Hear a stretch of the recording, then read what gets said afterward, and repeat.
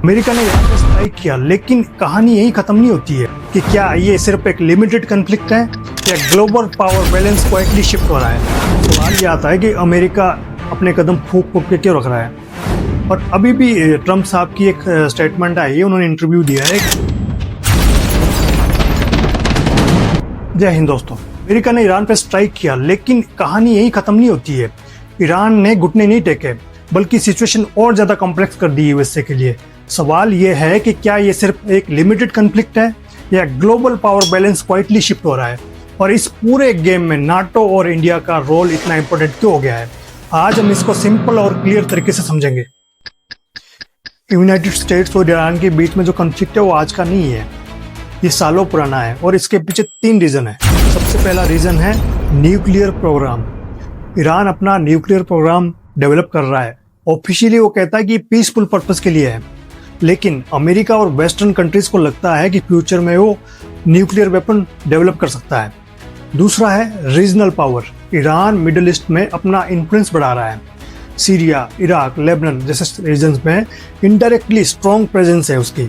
तीसरा है ideological conflict. America और ईरान के बीच में पॉलिटिकल सिस्टम और पॉलिसीज एक दूसरे से काफ़ी अलग है, जिससे ट्रस्ट डेफिसिट बना हुआ है।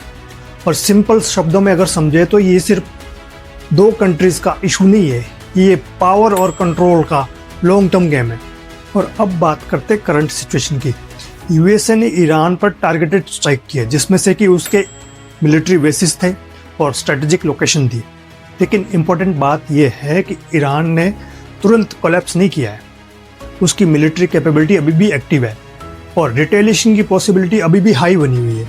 और इसका मतलब क्या है, ये कोई एक तरफा अटैक नहीं है, ये ऑनगोइंग स्ट्रेटेजिक कन्फ्रंटेशन है, जहां दोनों साइड अपने मूव्स कैलकुलेट करके चल रहे हैं। इसलिए सिचुएशन अभी भी अनस्टेबल है। और ईरान को समझने के लिए सिर्फ उसकी आर्मी को नहीं देखना है, उसकी सबसे बड़ी स्ट्रेंथ है उसकी लोकेशन और स्ट्रेटजी। सबसे इम्पोर्टेंट जगह है स्ट्रेट ऑफ हॉर्मुज, जो कि आज की डेट में चर्चा का विषय बना हुआ है।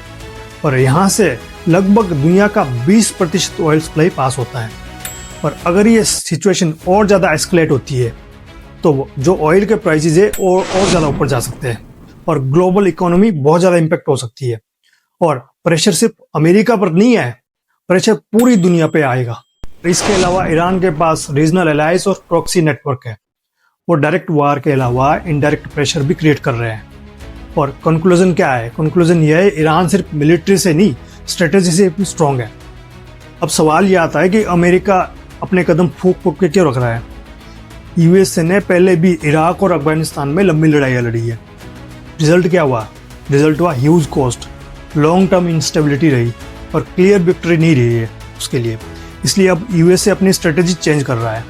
उसकी जो नई अप्रोच है ना, वो लिमिटेड स्ट्राइक है, इकोनॉमिक प्रेशर बिल्ड करना है और डिप्लोमेटिक प्रेशर बनाना है नेगोशिएशन के लिए। मतलब अमेरिका अब डायरेक्ट वार से ज़्यादा कंट्रोल्ड प्रेशर स्ट्रेटेजी यूज़ कर रहा है। और अब आते हैं एक इम्पॉर्टेंट पॉइंट पर, नाटो। नाटो एक मिलिट्री अलायंस है जिसमें वेस्टर्न कंट्रीज एक दूसरे को सपोर्ट करती है। लेकिन अब सिचुएशन में चेंज दिख रहा है। सब कंट्रीज सेम लेवल पे सपोर्ट नहीं दे रही है। यूरोप का फोकस अपनी इकोनॉमी पे है और स्टेबिलिटी पर ज़्यादा है। रिस्क लेने में सब रेडी नहीं है।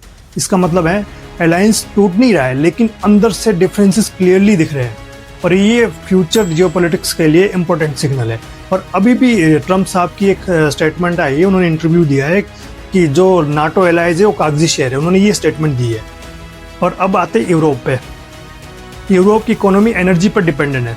अगर स्ट्रेट ऑफ हॉर्मुज कम्प्लीटली बंद होता है तो ऑयल सप्लाई अफेक्ट होती है और प्राइस एक्सट्रीमली बढ़ सकते हैं, जैसे कि बढ़ रहे हैं इस टाइम पे। इन्फ्लेशन और ज़्यादा इंक्रीज हो जाएगी और इसका डायरेक्ट इफेक्ट किस पे होगा? डायरेक्ट इफेक्ट होगा कॉमन पीपल पे और उनकी लाइफ पे और गवर्नमेंट के डिसीजन पे। इसलिए यूरोप इस कन्फ्लिक्ट में फूक फूक के कदम रख रहा है। और अब बात करते हैं इंडिया की। इंडिया इस कन्फ्लिक्ट में डायरेक्टली नहीं लड़ रहा है, लेकिन इंडिया का हर स्टेप उसकी डेवलपमेंट और इकोनॉमी को इफेक्ट करता है। और सबसे बड़ा फैक्टर है ऑयल। इंडिया का एनर्जी सिस्टम इंपोर्ट पर डिपेंड करता है। और अगर स्ट्रेट ऑफ हॉर्मुज और ज़्यादा डिस्टर्ब होता है तो फ्यूल प्राइसेस बढ़ते हैं और इकोनॉमी पर प्रेशर आ सकता है। और दूसरा फैक्टर है डिप्लोमेटिक बैलेंस। इंडिया के रिलेशन यूनाइटेड स्टेट्स के साथ भी है और मिडिल ईस्ट के साथ भी इम्पोर्टेंट है, और इसलिए इंडिया एक केयरफुली स्ट्रेटेजी फॉलो करता है। और सबसे बड़ी पिक्चर ये आ रही है सामने कि ईरान रेसिस्ट कर रहा है, अमेरिका प्रेशर स्ट्रेटेजी बना रहा है और नाटो में क्रैक्स विजिबल है और इंडिया बैलेंस मेंटेन कर रहा है। और ये एक सिंपल वार नहीं है, ये एक ग्लोबल पावरशिप का सिग्नल है। और फ्यूचर में वर्ल्ड एक सुपर पावर नहीं रहेगा, बल्कि मल्टी पावर सेंटर में डिवाइड हो सकता है। तो आप क्या सोचते हो, क्या ईरान एक्सपेक्टेशन से ज़्यादा स्ट्रॉन्ग है या अमेरिका लॉन्ग टर्म स्ट्रेटेजी से सिचुएशन कंट्रोल करेगा?